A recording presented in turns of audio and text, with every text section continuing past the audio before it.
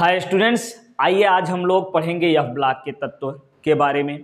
तो F block में क्या क्या पढ़ना है, सबसे पहले इसको हम डिस्कस कर लेते हैं। देखिए एफ ब्लॉक, ये आपका एफ ब्लॉक है। एफ ब्लॉक के तत्वों के सामान्य लक्षण हमको पढ़ना है, जिनमें ये किस वर्ग में है, कितने तत्व हैं, इनका इलेक्ट्रॉनिक विन्यास क्या है, ठीक है, ये सब पढ़ना है। और इसके बाद एफ ब्लॉक में देखिए दो श्रेणियां हैं, एक लैंथेनाइड और एक्टिनाइड, ठीक है।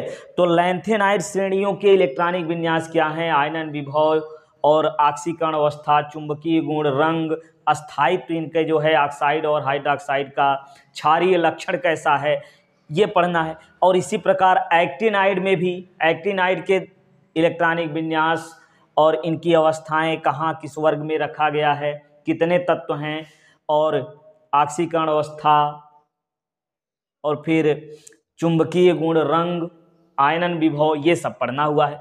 तो यदि इतना पूरा एक ही वीडियो बनाएंगे तो थोड़ा ज़्यादा हो जाएगा, इसलिए हम 3 वीडियो में पूरा डिस्कस करेंगे, ठीक है। तो पहले वीडियो में आज हम लोग पढ़ेंगे एफ ब्लॉक के तत्वों के सामान्य लक्षण और लैंथेनाइड श्रेणी के सामान्य लक्षण और पूरा लैंथेनाइड के बारे में सब कुछ, ठीक है। और दूसरे वीडियो में हम लोग पढ़ेंगे एक्टिनाइड के लक्षण और ये पूरा लैंथेनाइड में जितना कुछ है सब कुछ।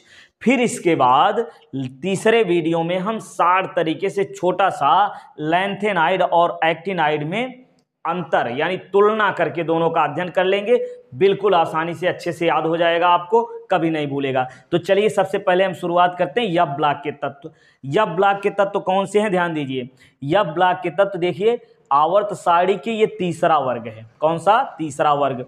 तीसरे वर्ग और छठवें आवर्त तथा 7वें आवर्त के 14 तत्वों को आवर्त सारणी से बाहर 2 श्रेणियों के रूप में रख दिया गया है। इन्हें एफ ब्लॉक के तत्व कहते हैं। फिर से समझिए, आवर्त सारणी के 6वें और 7वें आवर्त तथा तीसरे वर्ग के 14 तत्वों को आवर्त सारणी से बाहर 2 श्रेणियों में रखा गया। कितनी श्रेणियों में? 2 श्रेणियों में रखा गया है, जिन्हें एफ ब्लॉक के तत्व कहते हैं। क्यों कहते हैं एफ ब्लॉक के तत्व? दूसरा पॉइंट है, ये याद रखिए कि एफ ब्लॉक के सभी तत्वों के अंतिम इलेक्ट्रॉन एफ उपकोष में भरे जाते हैं। कहाँ भरे जाते हैं? एफ उपकोष में। अंतिम इलेक्ट्रॉन एफ उपकोष में भरे जाते हैं, इसलिए एफ ब्लॉक के तत्व ये हो गए, ठीक है।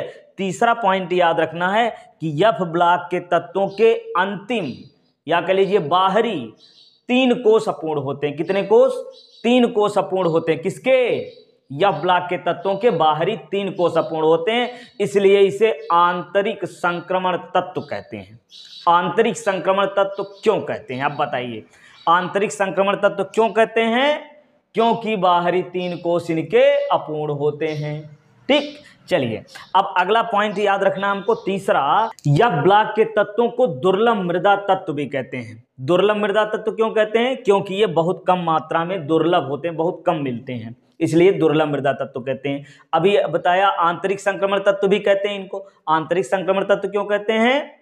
क्योंकि बाहरी 3 कोष अपूर्ण होते हैं। बहुत बढ़िया। अब आगे समझेंगे हम लोग इनका सामान्य इलेक्ट्रॉनिक विन्यास। तो एफ ब्लॉक के तत्वों का सामान्य इलेक्ट्रॉनिक विन्यास होता है n-2f, 1 से लेकर 14 इलेक्ट्रॉन इसमें होगा, और n-1 यानी इससे पहले वाला कोष ये डी उपकोष होगा, और इसमें 1 या 0 कर लीजिए या 1 ये इलेक्ट्रॉन रहते हैं, और n-s 1 या 2, कुछ अपवाद होता है इसलिए 1 या 2 हो जाते हैं। तो ये सामान्य इलेक्ट्रॉनिक विन्यास होता है एफ ब्लॉक के तत्वों का। अब हम लोग समझेंगे लैंथेनाइड। लैंथेनाइड के सामान्य लक्षण। तो लैंथेनाइड देखिए क्या होता है कि आवर्त सारणी के 6वें वर्ग, 6वें आवर्त और तीसरे वर्ग के तत्व लैंथेनियम जिसका परमाणु क्रमांक कितना है? 57 के बाद ये 58 से लेकर के 71 तक, यानी सेरियम से लेकर के लूटेटियम तक, सेरियम से लूटेटियम तक के 14 तत्वों को लैंथेनाइड कहते हैं, क्योंकि इनके सामान्य गुण या कहिए इनके सामान्य लक्षण जो होते हैं वो लैंथेनाइड से समानता रखते हैं। इनके गुण, इन 14 तत्वों के गुण लैंथेनियम से समानता रखते हैं, इसलिए इन तत्वों को लैंथेनाइड कहते हैं। समझ में आई बात? इन 14 तत्वों के गुण जो होते हैं वो किससे समानता रखते हैं? लैंथेनियम से। या कहिए 14 तत्वों के गुण लैंथेनियम से मिलते हैं, इसलिए इन 14 तत्वों को क्या कहते हैं? लैंथेनाइड कहते हैं। अब हम इसको हटा के लिख करके आपको बताते हैं क्रम से। लैंथेनाइड्स में पहला तत्व आपका है सीरियम। कौन है? सीरियम, Fe, और इसका परमाणु क्रमांक होता है 58। ठीक है, अब इसका इलेक्ट्रॉनिक विन्यास कर लेंगे तो हमको सामान्य लक्षण बहुत कुछ आसानी से याद हो जाएंगे। तो चलिए हम इसका इलेक्ट्रॉनिक विन्यास करते हैं। इसका इलेक्ट्रॉनिक विन्यास क्या होगा? 1s, 2s, 2p, 3s, 3p, 4s, 3d, 4p, 5s, 5s, ये हो गया। ये कितना हुआ? 10, 10, 20, 10, 30, 60, 38 हो गया। तो 3d, 4p, 5s, इसके बाद 4d, 5p, ठीक, 6s। तो यहाँ तक कितना हुआ? 10, 10, 20, 10, 30, 38, 38, 2, 38, 10, 48, 48, 2, 50, 4, 54। तो 54 देखिए होता है जेनान का। अभी इसको देखिए सरल तरीके से इलेक्ट्रॉनिक विन्यास कैसे करेंगे इसको भी हम बता देंगे। ये 54 तक यहाँ हो गया। 54, 55, 56, ठीक है। तो 4d, 5p, 6s, इसके बाद आपका आता है 4f। ठीक, कितना इलेक्ट्रॉन बचा हुआ है? 54 तक यहाँ हो गया। 54, 2, 56, और कितना बचा हुआ है? 56 के बाद 2 इलेक्ट्रॉन यहाँ बचा हुआ है। ठीक है, तो इसको यहाँ भर दिया हमने। ये सामान्य इलेक्ट्रॉनिक विन्यास हो गया। देखिए अंतिम इलेक्ट्रॉन कहाँ भरा गया? F उपकोष। तो अब देखिए इसका जो है सरल तरीके से सीरियम का आप इलेक्ट्रॉनिक विन्यास लिखेंगे इस प्रकार से। कैसे? ये जेनान होता है भाई, जेनान का होता है 54, इसके बाद 6s2 और 4f2। ठीक है, तो 4f पहले लिखेंगे, 6 बाद में। क्यों? क्योंकि निम्न ऊर्जा से उच्च ऊर्जा स्तर में आना है। तो चौथा कोष पहले लिख दीजिए और छठवां कोष बाद में लिखिए। तो ये हो गया हमारा इलेक्ट्रॉनिक विन्यास। ठीक है, तो यहां से देखिए आपको क्या मिलेगा। पहली बात कि एक्टिनाइड का प्रत्येक तत्व के अंतिम इलेक्ट्रॉन F उपकोष में भरे जाते हैं। कुछ अपवाद हैं, क्यों हैं ये भी बताएंगे, पहले समझिए। तो ये जो सीरियम है इसके देखिए अंतिम इलेक्ट्रॉन कहाँ? F में भरा जा रहा है। तो इसी प्रकार से यदि जो है इसके बाद 58 के बाद 59 वाला करेंगे तो 4f3 आएगा, फिर 4f, 5, 4, 6, ऐसे करके कम सा बढ़ता चला जाएगा।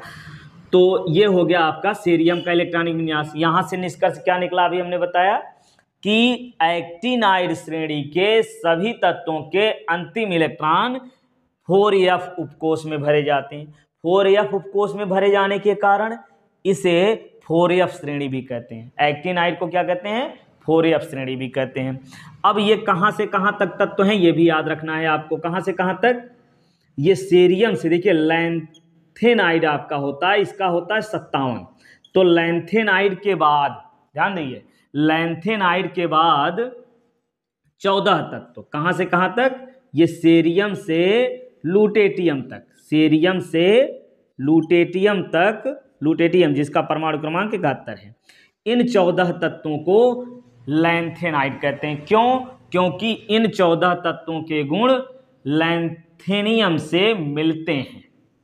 ठीक है, चलिए इस तरीके से आप पढ़ेंगे तो आपको याद रहेगा, रिवाइज भी होता चला जाएगा। तो क्या बताया अभी हमने आपको कि परमाणु क्रमांक 58 से 71 तक के तत्व के गुण लैंथेनियम के गुण से मिलते हैं, इसलिए इसे लैंथेनाइड कहते हैं। या कह लीजिए सीरियम से लुटेटियम तक के तत्व जो भी हैं इनके गुण लैंथेनियम से मिलते हैं। ठीक है, अगला पहला पॉइंट अभी हमने बताया, फिर से रिवाइज करिए कि अंतिम इलेक्ट्रॉन 4f उपकोष में भरा जाता है, इसलिए 4f श्रेणी कहते हैं। और लैंथेनियम के बाद सीरियम से लुटेटियम तक के 14 तत्वों को आवर्त सारणी से बाहर रखा गया है, जिन्हें लैंथेनाइड कहते हैं। क्यों कहते हैं? क्यों कहते हैं भाई लैंथेनाइड इनको? क्योंकि इनके गुण लैंथेनियम से मिलते हैं, यानी इनके गुणों की समानता जो है लैंथेनियम से होती है, इसलिए लैंथेनाइड हो गया आपका। अब समझेंगे अंतिम इलेक्ट्रॉन जो है 4f में भरा जा रहा है। कुछ इसमें अपवाद है जो आपको याद रखना है। ठीक है। तो अपवाद कौन सा, एक लूटेटियम भी आपका अपवाद हो जाता है, और एक होता है गैडोलिनियम, क्या, जीडी। समझिए क्यों अपवाद है जीडी, और ये जो है जीडी का ये परमाणु क्रमांक है 64। अब ये 64 इसका परमाणु क्रमांक है, तो इसका जब आप इलेक्ट्रॉनिक विन्यास करेंगे तो क्या मिलेगा, इसको ब्लैक से लिखते हैं, जीडी 64 है, तो इसका होगा भाई जेनान तक का हो गया 54। 54 के बाद कितना बचेगा, 54 के बाद 10 इलेक्ट्रॉन बचा है, कितना बचा है 10। अब इसको भरिए भाई, कैसे भरेंगे, 6s2 और बचा अब कितना 8 इलेक्ट्रॉन, तो यहाँ करेंगे 4f8, ठीक। लेकिन ये गलत है, सही क्या होगा भाई, अब देखिए 4f7 जो होता है, f उपकोष में आपको पता है कि कितने उपकोष होते हैं, 7, है ना, 1 2 3, चलिए 1 2 3 4 5 6 7। अब 7 इलेक्ट्रॉन यदि भरा जाएगा तो ये आधा भर जाएगा ना, आधा भरा हुआ अधिक स्थायी होता है, इसलिए ये 4f की अधिक स्थायित्व होने के कारण यहाँ से एक इलेक्ट्रॉन यानी अंतिम वाला इलेक्ट्रॉन 4f के बाद वाला इलेक्ट्रॉन 4f7 के बाद वाला इलेक्ट्रॉन कहाँ भरा जाएगा, 5d उपकोष में, 5d1 6s2 हो जाएगा आपका। समझ में आया, तो ये अपवाद है भाई, कौन, गैडोलिनियम।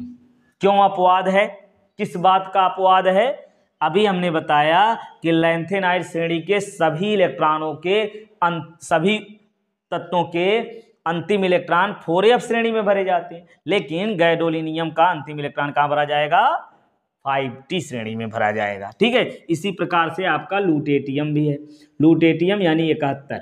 अब इसको करिए भाई जेनान, अब 71 करेंगे जब आप, इसमें से देखिए कितना हो गया, ये 54 हो गया किसका, जेनान का, तो 54 इसमें से आप घटाइए तो कितना मिलेगा, 7 17, है ना, 17 मिल गया। तो 17 को जब आप भरेंगे तो कैसे भरेंगे भाई, 4f, देखिए पहले 6s2 तो कर लीजिए, अब इसके बाद बचा कितना, 15 इलेक्ट्रॉन, तो यहाँ आप 15 तो भरेंगे नहीं, है ना, 14 इलेक्ट्रॉन होता है, तो 14 यहाँ भर दीजिए, अब 5d1 हो जाएगा। तो अंतिम इलेक्ट्रॉन कहाँ भरा जा रहा है इसमें, 5d1 में, ठीक। तो निष्कर्ष यहाँ से क्या निकला भाई, बताइए जल्दी से। पहला पॉइंट अभी हमने बताया कि अंतिम इलेक्ट्रॉन 4f उपकोष में भरा जा रहा है, 4d श्रेणी का हो गया, जबकि गैडोलिनियम और लूटेटियम का अंतिम इलेक्ट्रॉन 5d उपकोष में भरा जाएगा, कहाँ भरा जाएगा, 5d उपकोष में भरा जाएगा। और ऐसा क्यों होगा, क्योंकि 4f7 और 4f14 के स्थायित्व के कारण अंतिम इलेक्ट्रॉन 5d उपकोष में भरा जाता है, ठीक है। तो ये तो हो गया सामान्य लक्षण किसका, लैंथेनाइड का। अब हम पढ़ेंगे लैंथेनाइड में लैंथेनाइड संकुचन। चलिए अब देखते हैं लैंथेनाइड संकुचन के बारे में। तो लैंथेनाइड संकुचन के बारे में जानने से पहले आपको इन तत्वों की इलेक्ट्रॉनिक विन्यास, आकार के बारे में जानना होगा। तो आकार के बारे में हम लोग आवर्त सारणी में पढ़ चुके हैं कि जब बाईं से दाईं ओर जाते हैं तो क्या होता है, बाहरी कोश में इलेक्ट्रॉनों की संख्या बढ़ती है ना। बाएं से दाईं ओर जाएंगे तो कोषों संख्या सेम रहती है ना, कोषों की संख्या ही आवर्त संख्या है, और ये 6वें आवर्त का लैंथेनाइड है, एक्टेनाइड आपका 7वें आवर्त का है। तो हमको पहले पढ़ना है लैंथेनाइड संकुचन के बारे में। तो ये 6वें आवर्त का है, यानी कोषों की संख्या 6 है, सब में कोषों संख्या कितनी होगी, 6 कोष होंगे। अब कोषों की संख्या तो बदल नहीं रही है, केवल बाहरी कोष में इलेक्ट्रॉन बढ़ रहा है। तो जब बाहरी कोष में इलेक्ट्रॉन बढ़ता है तो नाभिकीय आकर्षण बढ़ जाता है, और जब नाभिकीय आकर्षण बढ़ जाता है तो आकार को क्या कर देता है, कम कर देता है। तो इसके लिए आपको देखिए सबका इलेक्ट्रॉनिक विन्यास एक बार फिर से हम लोग कर देते हैं। ये सेरियम आपका है, ये सेरियम SE, इसका होता है 58। अभी हमने किया था इसका इलेक्ट्रॉनिक विन्यास, क्या आया था भाई, जेनान करेंगे, जेनान का होता 54, 54 के बाद यहाँ हम भरेंगे 4f क्या 2 और 5s2, यही था ना, 54 और 4 58, ये हो गया।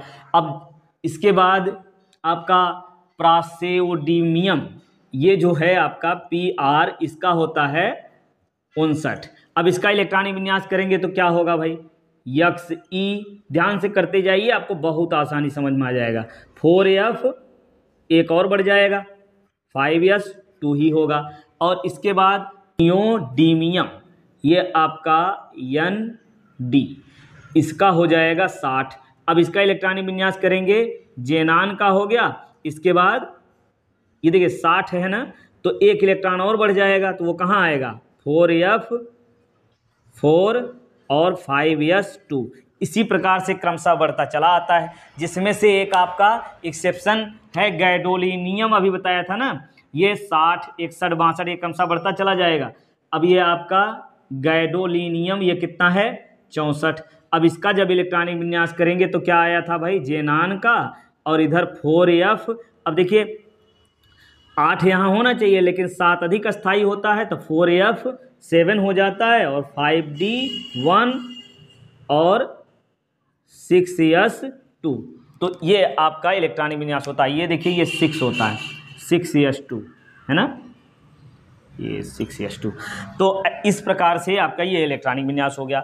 अब देखिए ध्यान से, तो क्या होता है, जैसे जैसे बाईं ओर हम जा रहे हैं, इस प्रकार से हमने लिख दिया है, तो बाईं ओर जाएंगे तो बाहरी कोश में ये देखिए इलेक्ट्रॉन संख्या बढ़ रही है। और जब इलेक्ट्रॉन की संख्या बढ़ती है तो क्या होता है, नाभिकीय आकर्षण बढ़ता है, आकार घटता है, आकार घटता है। और ऐसा क्यों घटता है, नाभिकीय प्रभाव के कारण। यहाँ लिख दे रहे, चलिए, नाभिकीय प्रभाव। तो नाभिकीय प्रभाव के कारण ये क्या होता है, इसका आकार घटता है, नाभिकीय आकर्षण घटाता है। अब एक चीज और बताए थे हम, परिरक्षण प्रभाव। परिरक्षण प्रभाव क्या होता है, किसी भी परमाणु के भीतरी कोश के इलेक्ट्रॉन बाहरी कोश के इलेक्ट्रॉन को प्रतिकर्षित करते हैं, जिसे परिरक्षण प्रभाव कहते हैं। अब परिरक्षण प्रभाव जो है, यस का सबसे ज्यादा, पी का उससे कम, डी का उससे कम, एफ का सबसे कम होता है। अब यहाँ हो क्या रहा, जैसे जैसे बाएं से दाईं ओर हम जा रहे हैं, तो एफ उपकोश में इलेक्ट्रॉन संख्या बढ़ रही है और एफ का परिरक्षण प्रभाव दुर्बल होता है। अब देखिए एफ उपकोश में इलेक्ट्रॉन संख्या क्रमशः बढ़ रही है, तो दुर्बल परिरक्षण प्रभाव क्या हो रहा है, बढ़ रहा है। दुर्बल परिरक्षण प्रभाव यानी परिरक्षण प्रभाव जो है वो कम होता जा रहा है, जो कि क्या करता है, आकार को बढ़ाता है। क्या करता है, आकार को बढ़ाता है, और ये दुर्बल हो गया। तो दुर्बल होने के कारण आकार को कम बढ़ा पाएगा। और नाभिकीय प्रभाव क्या कर रहा है भाई, आकार को कम कर रहा है। तो नाभिकीय प्रभाव तो बढ़ ही रहा है, इलेक्ट्रॉन संख्या बढ़ रही तो नाभिकीय आकर्षण बढ़ेगा, नाभिकीय प्रभाव बढ़ रहा है। इसके कारण क्या होता है, आकार में क्रमशः कमी होती जाती है। जैसे बाईं से दाईं ओर जाएंगे हम, तो लैंथेनाइड श्रेणी के तत्वों के आकार में कमी होती है, इसी कारण इसे हम लैंथेनाइड संकुचन कहते हैं। आकार में कमी यानी संकुचन को लैंथेनाइड संकुचन कहते हैं। ठीक है, फिर से एक बार ध्यान से समझिए आप कैसे लिखेंगे इसको। लैंथेनाइड श्रेणी में जैसे जैसे बाईं से दाईं ओर जाते हैं हम, तो नाभिकीय प्रभाव बढ़ता है जो आकार को घटाता है, और परिरक्षण प्रभाव भी बढ़ता है जो आकार को क्या करता है, बढ़ाता है। अब परिरक्षण प्रभाव यफ उपकोष के कारण बढ़ता है, तो यफ उपकोष के दुर्बल परिरक्षण प्रभाव बढ़ता है। क्या होता है, यफ उपकोष का दुर्बल परिरक्षण प्रभाव बढ़ता है। अब ये परिरक्षण प्रभाव दुर्बल हो गया ना, तो ये बढ़ाता है आकार को, लेकिन बढ़ा नहीं पाएगा। क्यों, क्योंकि यफ उपकोष के दुर्बल परिरक्षण प्रभाव के कारण आकार को उतना बढ़ा नहीं पाता है और नाभिकीय आकर्षण घटा देता है। तो इस कारण बाएं से दाईं ओर जाने पर ये आकार में जो कमी होती है, इसी को लैंथेनाइड संकुचन या लैंथेनाइड आकुंचन कहते हैं। ठीक है, तो चलिए अब इसके बाद हम देखते हैं क्षारीय लक्षण के बारे में। क्षारीय लक्षण देखिए, धातुओं के जो ऑक्साइड होते हैं वह कैसे होते हैं, क्षारीय होते हैं। तो जब ये ऑक्साइड बनाएंगे या हाइड्रोक्साइड बनाएंगे, क्या बनाएंगे, हाइड्रोक्साइड या ऑक्साइड। तो इन धातुओं के हाइड्रोक्साइड या ऑक्साइड जो बनेंगे, है ना, तो इनमें जब हम बाएं से दाईं ओर क्रमशः जाएंगे, तो अभी बताया आकार कम होता है ना, लैंथेनाइड संकुचन जिसे कहते हैं, आकुंचन कहते हैं। तो आकार क्रमशः कम हो रहा है ना। तो धातु जो होगा ये, और ऑक्साइड या धातु और हाइड्रोक्साइड, इनके बीच ये बंध की लंबाई बताइए कम होगी कि ज़्यादा होगी, जैसे बाएं से दाईं ओर जाएंगे हम लोग। आकार कम हो रहा है तो बंध की लंबाई भी कम होती जाएगी, और जब बंध की लंबाई कम हो जाएगी तो इसको निकालना आसान नहीं होगा, यानी ये कम निकलेगा। और जब कम निकलेगा तो हम जानते हैं जो हाइड्रोक्साइड देता है, ऑक्साइड माइनस मतलब क्षारीय वाला ये देता है, तो ये क्या होता है, क्षारीय होता है। तो ये निकलना इसका जो है आसान नहीं हो पाता। क्यों? क्योंकि आकार कम हो जाता है, बंध की लंबाई कम हो जाती है, लंबाई कम हो जाएगी तो आकर्षण अधिक हो जाएगा, और जब आकर्षण अधिक होगा तो ये आसानी से नहीं निकल पाएगा। जब आसानी से नहीं निकल पाएगा तो क्षारीय लक्षण इसका कम हो जाएगा। समझ गए? चलिए बहुत बढ़िया। तो यहाँ से देखिए ये प्रश्न किस प्रकार से पूछा जा सकता है आपसे। पहली बात तो इनके ऑक्साइड या हाइड्रोक्साइड बाएं से दाईं ओर जाने पर अस्थायित्व इनका बढ़ता है या घटता है, और यदि बढ़ता या घटता है तो उसका कारण, ठीक है, तो आप बता लेंगे कैसे। जैसे बाएं से दाईं ओर जाएंगे आकार कम होगा तो धातुओं के ऑक्साइड या और धातुओं के हाइड्रोक्साइड के बंध की लंबाई कम हो जाएगी, आकर्षण बढ़ जाएगा। आकर्षण बढ़ जाएगा तो इसका मतलब इसका अस्थायित्व अधिक हो जाएगा। अस्थायित्व अधिक हो जाएगा तो ये हाइड्रोक्साइड और ऑक्साइड आयन नहीं दे पाएगा, इसलिए इसका क्षारीय लक्षण कम हो जाएगा। ठीक है, तो ये हो गया आपका क्षारीय लक्षण। इसके बाद हम समझेंगे आयनन विभव के बारे में। आयनन विभव क्या होता है? इलेक्ट्रॉन को निकालने के लिए आवश्यक ऊर्जा। तो इलेक्ट्रॉन को निकालने के लिए जितनी ऊर्जा की आवश्यकता होती है वही आयनन विभव है।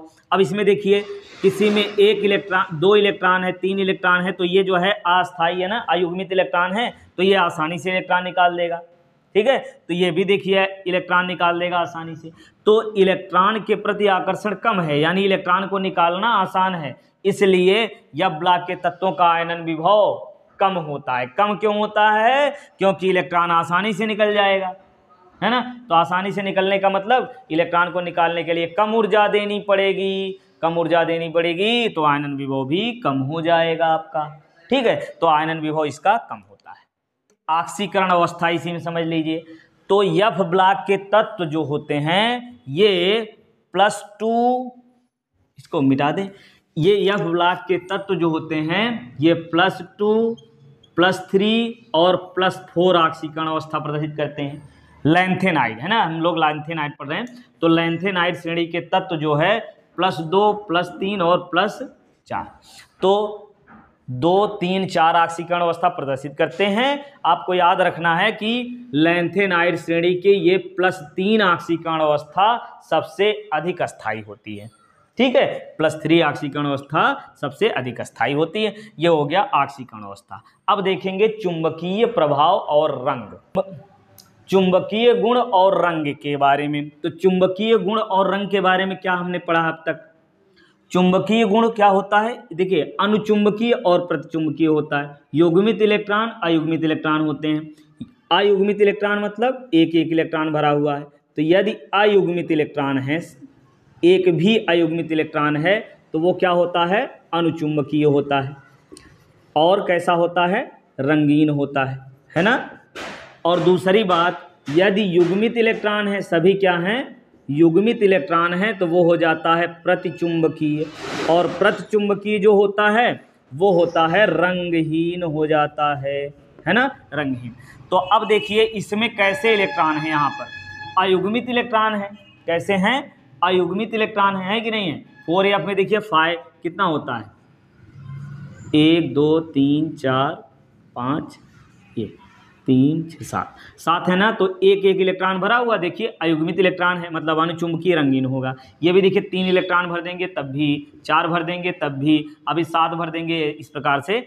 तो जो है अयुग्मित इलेक्ट्रॉन इसमें अधिक है ना, सब में जो है अयुग्मित इलेक्ट्रॉन है, तो सभी क्या होंगे? अनुचुंबकीय और रंगीन होंगे। ठीक है, तो युग्मित और प्रतिचुंबकीय रंगहीन बहुत कम होते हैं। जो है इनमें तत्व जो है सामान्य अवस्था में अयुग्मित और चुंबकीय रंगीन ही होते हैं, है ना। तो इसमें देखिए ये सेरियम जो आपका यदि +2 बना लिया, यानी 2f वाला 2 इलेक्ट्रॉन निकल गया, सेरियम +2। अगर +2 हो गया, देखिए ये 4s2 है, तो यस में देखिए एक ही उपकोष होता है, यहीं देख लीजिए एक ही उपकोष होता, 2 इलेक्ट्रॉन युग्मित भरा हुआ है, तो सभी युग्मित हो गए। अब ये युग्मित हो गया सेरियम आपका, तो ये कैसा हो जाएगा? प्रतिचुंबकीय और रंगहीन हो जाएगा। साथ में ये लास्ट वाला जो है लैंथेनाइड श्रेणी का लास्ट यानी अंतिम तत्व कौन सा है, लूटेरियम आपका है, लूटेरियम यानी 71।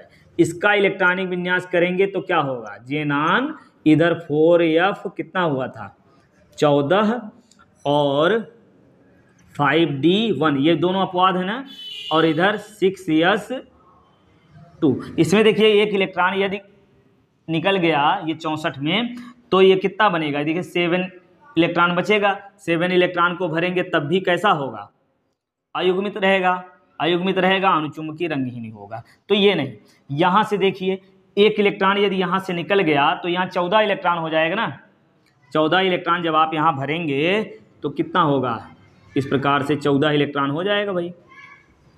तो सभी युग्मित हो गए, तो सभी युग्मित हो गए तो प्रतिचुंबकीय और रंगहीन हो जाएगा। तो ये दूसरा अपवाद आपका मिल जाएगा।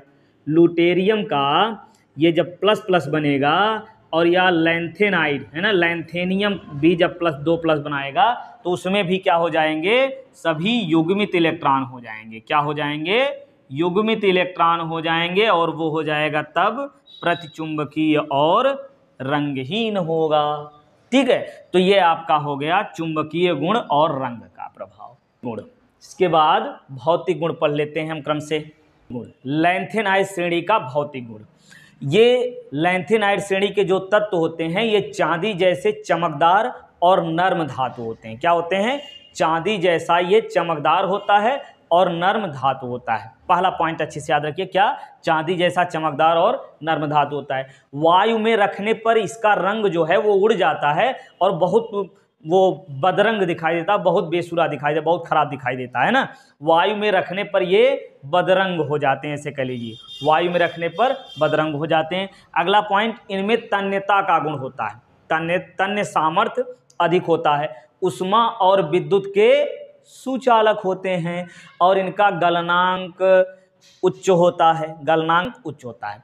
बाएं से दाईं ओर जैसे हम लोग जाएंगे तो क्या होगा भाई, इनकी कठोरता बढ़ेगी घटेगी, क्या लग रहा है आपको, आकार कम हो रहा है, कठोरता घनत्व बढ़ जाएगा। बाएं से दाईं ओर जाने पर कठोरता और घनत्व क्रम से बढ़ जाता है।